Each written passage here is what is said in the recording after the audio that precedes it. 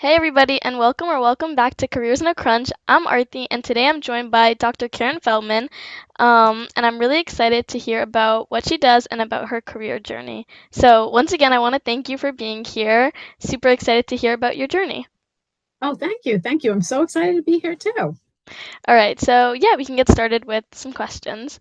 So for starters, what did you major in, and how did that have an impact on your career, if it did at all? I went to Barnard College in New York City and I majored in psychology. So it did have a big impact on my career because I'm a psychologist. I really I feel like my experience at Barnard was really so influential in me becoming a psychologist. Yeah, that's great. And I think it's super interesting how you majored in like what your career is now because I've heard a lot of times people switch their major or even just go into a career that's completely different. So that's really cool that that your major had that really big impact on your career. Yeah. When I was at Barnard, I didn't know actually if I wanted to be a psychologist or if I wanted to be a lawyer. And I actually tried out working for some lawyers that Columbia had an affiliation with. And I liked it, but I liked the human component of that. But then I was like, well, maybe I should just do that kind of full time instead of being a lawyer and doing partly that kind of work. I did actually think about law and psychology, but then ultimately I turned to psychology. Yeah, that's actually really cool that, you kind of tried out law. I think that's great. My next question is what inspired you first to become a psychologist? Was there like a specific moment that made you realize that this was the career you wanted to pursue?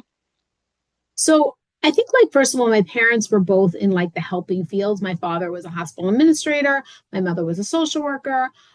So I always felt like I saw that, in my house. And then when I was at Barnard, like I said, I actually had this experience called the Toddler Center, where you could actually work with toddlers, like these 2 year olds. They came to school, and then we did research based on them coming to school, and we had these different experiments we did with them. So that definitely sparked my interest. The idea of combining both a research aspect and a clinical aspect all in one is why I kind of chose psychology. Yeah, that is such a cool experience that you had with the toddlers coming in. I think that's so cool and how you were able to do like research with them and like um, kind of study them through different experiments.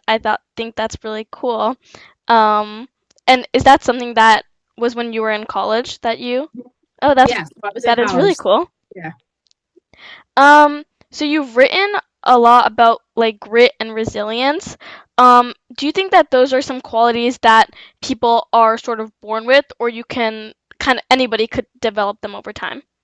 So I think like most things, it's like a little bit of both. So there's definitely a genetic components. Like obviously some people are born a little bit more naturally gritty or resilient. However, I feel as strongly that this is a skill that can be grown. That's why I write these books. If I didn't feel like that people could grow these skills, I would not be writing those books. But basically the way I like to write books, I really like to take the science and try to make it accessible to teens or to kids.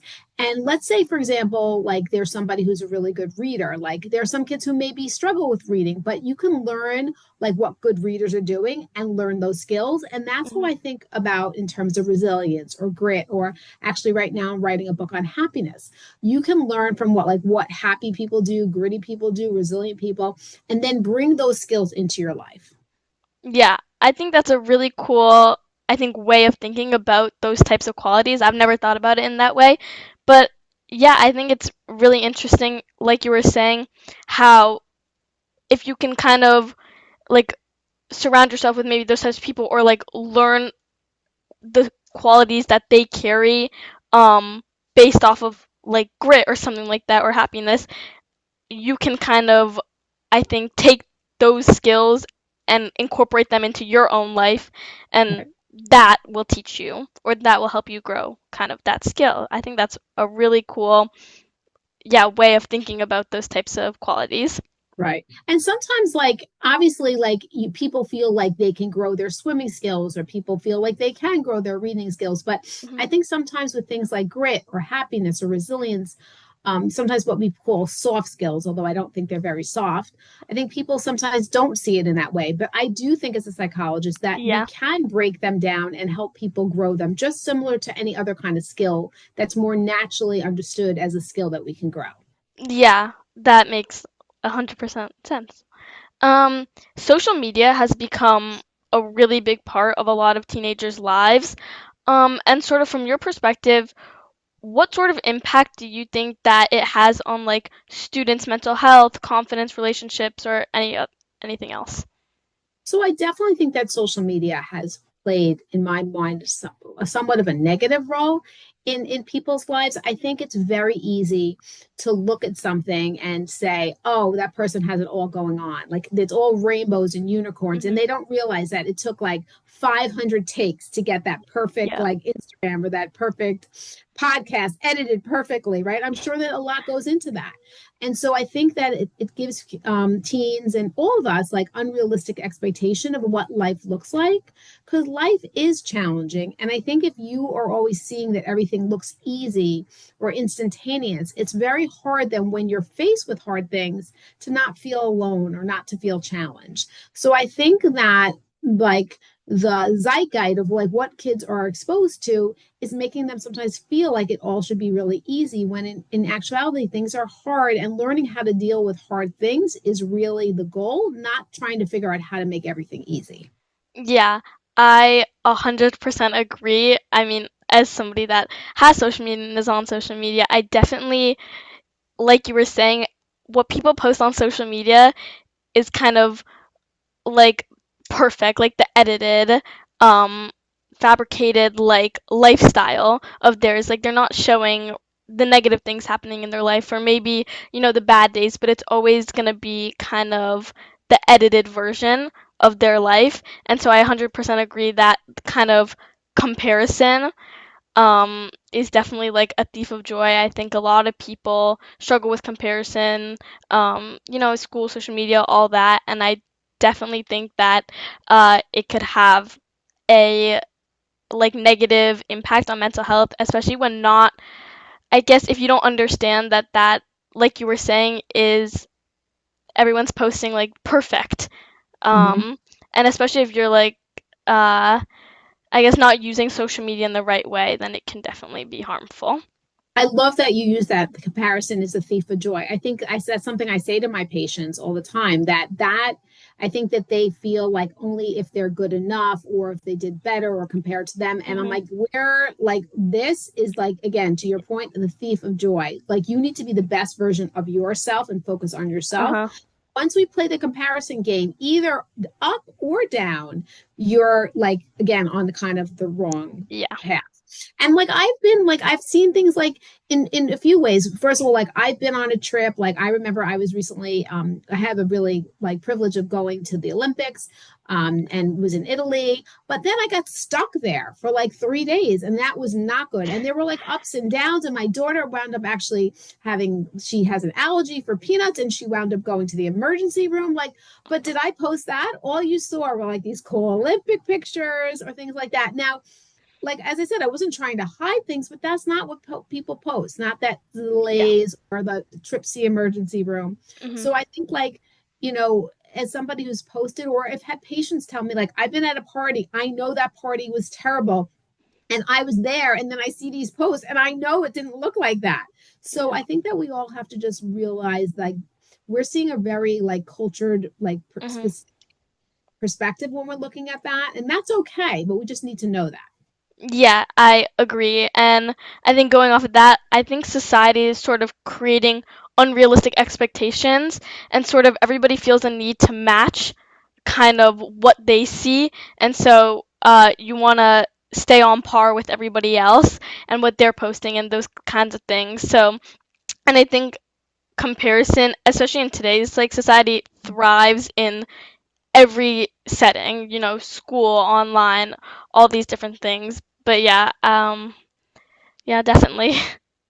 One of the things that I really like when people are struggling or if I'm struggling, I love Kristen Neff. She's a psychologist. She talks about this whole compassion mindfulness, which has three components, which is to acknowledge that you're having a moment of suffering.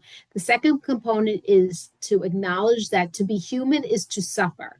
So Hmm. I think, like, again, like when we're suffering, we always like, why am I suffering? I'm the only person suffering. No, to be human is to be suffer. And then the third component is to put your hand on your heart and be kind to yourself when you're suffering, not be mean to yourself, not like put yourself down when you're having a hard time. But I feel like those messages are so important. Like to be human is to suffer, not to be human is to always be up all the time. And like, as I said, like I'm writing this book about happiness and it's very important to me in the message. Like the point here is not just to be totally happy. Like sometimes I'll ask kids, even little kids, like if I had this potion, I could give it to you and you could be happy all the time. Would you want that? And they're like, no. And it's like, that's the right answer because if you're sad, you're angry, it's because like something meant something to you, or it's like something that's important to you. And also, if you were happy all the time, you would, what would that even mean? Like, you wouldn't even know like really what happiness is. So I think like, again, it's like important us to pause and to really reflect. And I think it's like so great that you're having this opportunity to talk to teens and to explain these things in a way that I think or will hopefully have teens hear, because one of the things I struggle with as a psychologist is that I think that sometimes it's very teens, part of their job is to like figure these things out and to like, and so like reading a workbook on grit, like I don't want to be doing that. Like, but I think like the idea of you doing a podcast and having people and your own peers and like what we call like stealthy ways of getting messages across is really the way to get these messages out. And that's why it was really important for me to have this opportunity to talk to you. Yeah, and I think both your message on happiness and the other psychologists that you mentioned, I think those are beautiful kind of messages because yeah, I think um yeah, a lot of times I wrote an essay about this in my English class, but talking about how a lot of times you're like, why me in like a situation, but I think it's important to realize there are right all these other factors like maybe the person next to you in line is having a horrible day, but you kind of only see, oh, like I'm stuck in this long line and everybody here is like in my way. But yeah, I think both those messages are great, and I think it's really important for people kind of to see that and understand that right, you can't always be happy, right? But and then when happiness does come, it feels like special because you know there's so many different emotions. Right. There's one also some there's a study that looked at like what like as I said, because you're talking to like hopefully your population is high school students. One of the most important things that I say to my patients who are high school students before they go to college is to let them know that when they go to college, there will be moments that they will feel uncomfortable. There will be moments that they feel unsure. And that is normal. Just nobody walks around with a big sign saying, I am having a moment. Like, so you don't know that. And the big part is to know like that is normal. That is like you're Hmm. going to a new place. You're leaving what is feels familiar. Like that is normal. And to recognize you're having that emotion and then like not like kind of spiral down and go under the covers and not go to class, but rather just to acknowledge I'm having that moment. And you know what, one of the biggest indications of all things grit, resilience, and happiness is connection. When Hmm. you can connect with somebody, even if you feel like, oh, I'm having a hard time, all I want to do is go in the covers, but rather reach out to people and connect with people, like that is actually at the heart of all these kinds of things that we want really in life. Yeah, I 100% agree. Like relationships, I think, and like communication is key. And Mhm. like you were saying, it's so important to become comfortable with uncomfortableness Mhm. because it's everywhere and it's Yeah. going to be everywhere.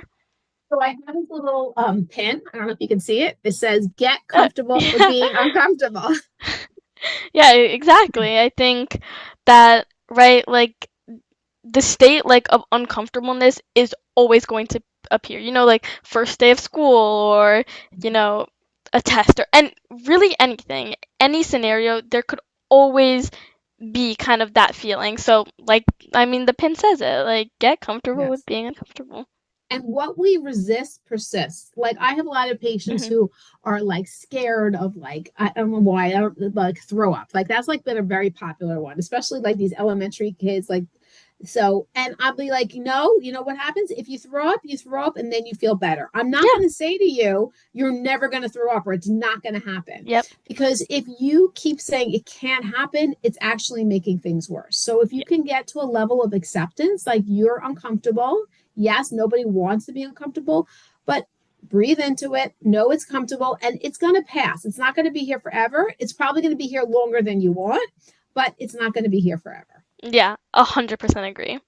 Um, Sort of shifting gears a little bit, psychology is a field with a lot of specialties.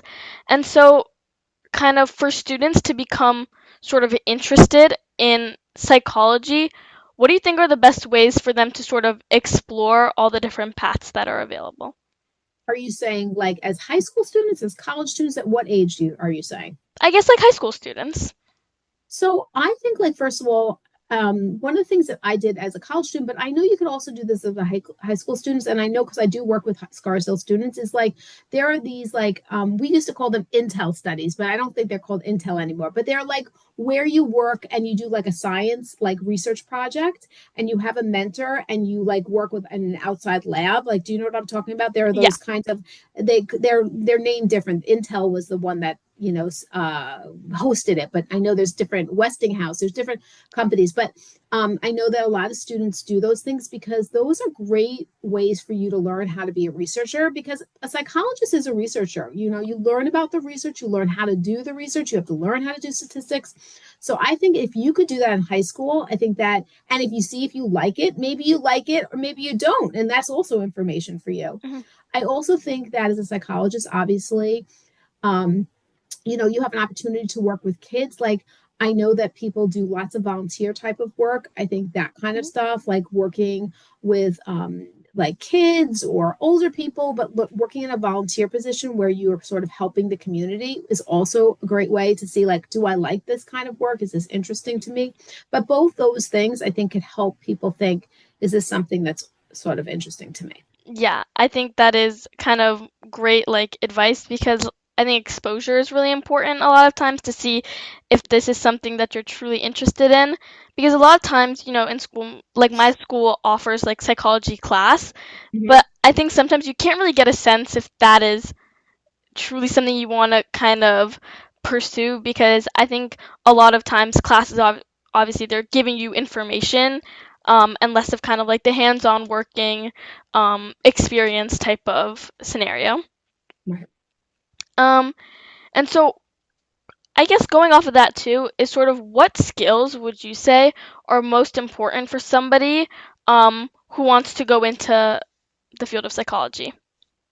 As I said, I think it's this kind of combination of research and also wanting to be in a helping field, like Hmm. being interested in combining it. But I think it's both, because I think that that's what sort of makes psychology like a little bit more unique than some of the other areas Hmm. that you can work in, like as a mental health worker or a social worker. It's like very science based, and like wanting to do the research, I think, is like an important part. So I think, like, seeing if you like both those things would help inform you. Yeah, I think that's great. And also, like you were saying, it's important to kind of one of the aspects is wanting to be in like the helping field because I think like it's really important to enjoy what you do because Yes. obviously you're going to spend most of your time working and so it's important that, you know, if you love it, it'll be easier to do. It'll come Right. like more natural. Right. And I do have to say, I don't know if other people have said this, but I feel like super blessed because not everybody likes their job, but I love my job. And I think to love your job is a really, really special thing. It's not everything that everybody has in their life, to be honest. But I Mhm. think if you can, I think it's such a blessing to have that. Yeah. And I feel like blessed that people share their stories with me and I help them grow. It's, again, I think also what we know is like when we contribute to other people, like that also contributes to our own happiness as well. Yeah. I think like being a psychologist is such like I think a rewarding career. Like you get to help people and I think I'm super interested in the medical field and psychology specifically, so this is great for me. But yeah, I think like when I've heard about psychology, a lot of people say it's just kind of like satisfying to and like Mhm. a lot of anybody else that I've talked to that's also in that sort of like helping kind of types of fields, everybody talks about how like, you know, rewarding and things like that it is. And you've worked as a clinical psychologist and a school psychologist. So, kind of, how do those roles differ, and kind of, um, are there like any unique challenges that each one brings? Right. So I work in the Harrison School District. I still work there. And I also have a private practice. So I do like clinical work, after school hours. And during the school hours, I'm working in elementary school. I have worked in a high school, I have worked in a middle school, and I've worked in elementary school. So I've worked at all different levels. They're all good in different ways. I think there are different kind of challenges. I really love being part of a team in the school. At Scarsdale High School, you have some great psychologists. I know Jen Walker and Peter Faustino. They're like pals of mine, and it's so nice. And you have guidance counselors, and you have like a whole team. Sometimes in elementary school, it could be a little lonely because I'm like, I am by myself. But the administrative team, I have instructional specialists, I have teachers, and we can like partner together. Whereas if you're doing clinical work, it can be a little lonely, and you're by yourself.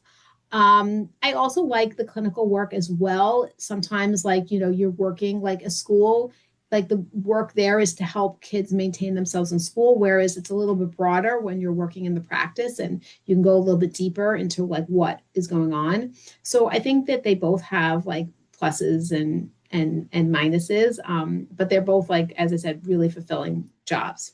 Yeah, I think that's super cool how you were talking about like how as a school psychologist you do have a team, and like I know at my school there are a handful of different psychologists and sort of different type of psychologists, and so I think yeah, it's really cool to hear about how kind of the relationships and how that kind of brings everybody together, and I think that's really cool.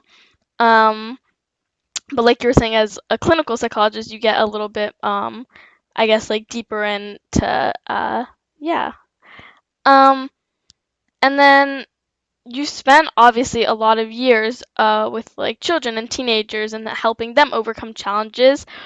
Are there any lessons that you've learned from like your patients that has kind of changed the way that you live your life?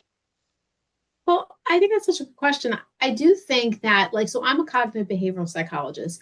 And so part of my work, a lot of times, is I work with a lot of kids who are anxious or have OCD. And I have them do what we call exposures, which is why I have this thing, get comfortable being uncomfortable. But basically, exposures are like the things that you're scared of, you need to face them, Yeah. and to be brave. Like, if you're scared of, like, I've had patients, I used to have a dog, she just passed away, but I'd had patients who were scared of dogs, so I'd have my dog come, or I had patients I told you who are scared of throw up, or I have patients who are scared of heights, or whatever it is, or they're just anxious in general. And I feel like they're being brave and like facing their fears and getting more comfortable being uncomfortable has like sort of taught me like I can do that too. If I'm asking my patients to do things like that, I can do those things too. So I've done a lot of brave things. I actually did the New York City Marathon twice, Wow. and I've done triathlons, and I've like done different kind of hiking things. So I do trail runs. I have like a motto when I do these trail runs here in Westchester, like my goal in this order is not to get hurt, which means like I don't care if I fall, but not to get hurt, not to come in last, and to have fun. And if it means that I come in last and don't get hurt, then that's okay. But I so far I've been able to keep that thing going. That's great. Yeah, that is great. And running marathons, that is amazing. That's like incredible. But I think yeah, it's super cool how you were talking about, you know, the exposure therapy, and it's like inspiring to see people that are kind of afraid of something to face it. Mm-hmm. Yeah, I think that's great. Going into advice, Mm-hmm. if you could go back and give your high school self one piece of advice, what would it be? Well, I think that when you're in high school, I also think with this is even maybe more true even in middle school, but it's still true in high school. I think in terms of our brain development, it's a little uneven. So we have our amygdala, which is the emotional control center, which is really lit up, and our frontal lobe, which is the break center, is not as lit up. And so I think sometimes as a high school students, we can feel things super strongly because that's just the way our brain is. It's not Mhm. right or wrong. It is what it is, you know? And we can also be super that age. Like, I think like we've been created this way, like we're really notice like what all our peers are thinking and doing. And like in a way that we would not feel this way later on. There's actually a very famous study where two people are driving in a car, and when teenagers are driving in a car, if they're with another person, there is more of a chance that that person will speed. Whereas if me and my girlfriend are driving in a car, that other person is not going to influence my driving. We are just at that age, you're very influenced. And I would just remind myself that, okay, thank you, brain. I know like you've been here and you're created because this is an important developmental step, but I would like want to know about my brain and know maybe that's why I'm feeling this way. Like it is how I'm feeling. And just because a thought is not a fact, just because I'm feeling things, it may be that at a later point I wouldn't feel the same way. But to give myself a little bit more grace. Yeah, I think that is an amazing piece of advice that a lot of different high school students would also benefit from hearing. And yeah, I think it's important to be a little lenient with yourself because, high school is hard and there's like a lot of different things going on and, trying to like figure out what you want to do and managing a lot of different things. So yeah, definitely giving yourself a little grace is important.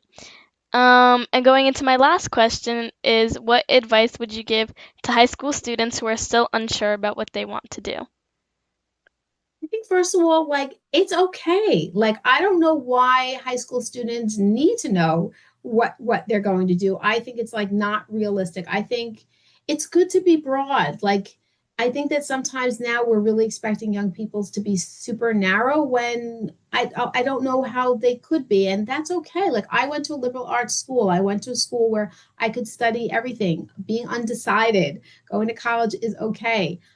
So I think again, this idea of giving yourself grace, follow the things that like light you up. One of the things again, back to happiness, is that when we engage in our strengths, we feel good. Like if I was to be like my husband's a tax attorney, like if I was a tax attorney, that would be disastrous for like the people I work for, my every at all different levels. Like that is not my strength.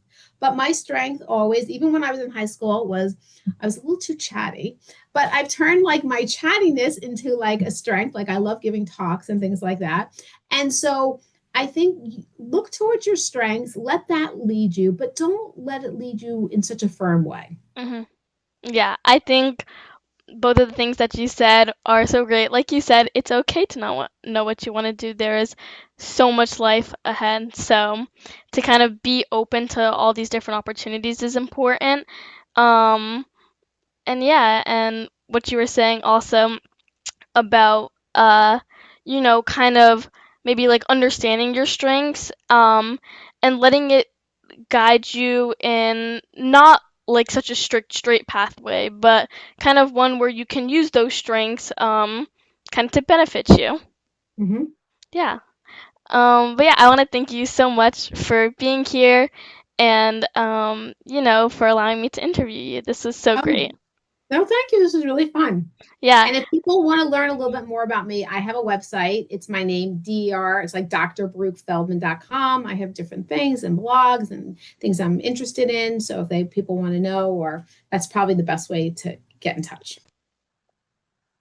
That's it for this episode of Careers in a Crunch. If you found today's conversation helpful and informative, be sure to share with a friend or family member. Don't forget to subscribe so you never miss an interview. Thanks. Bye.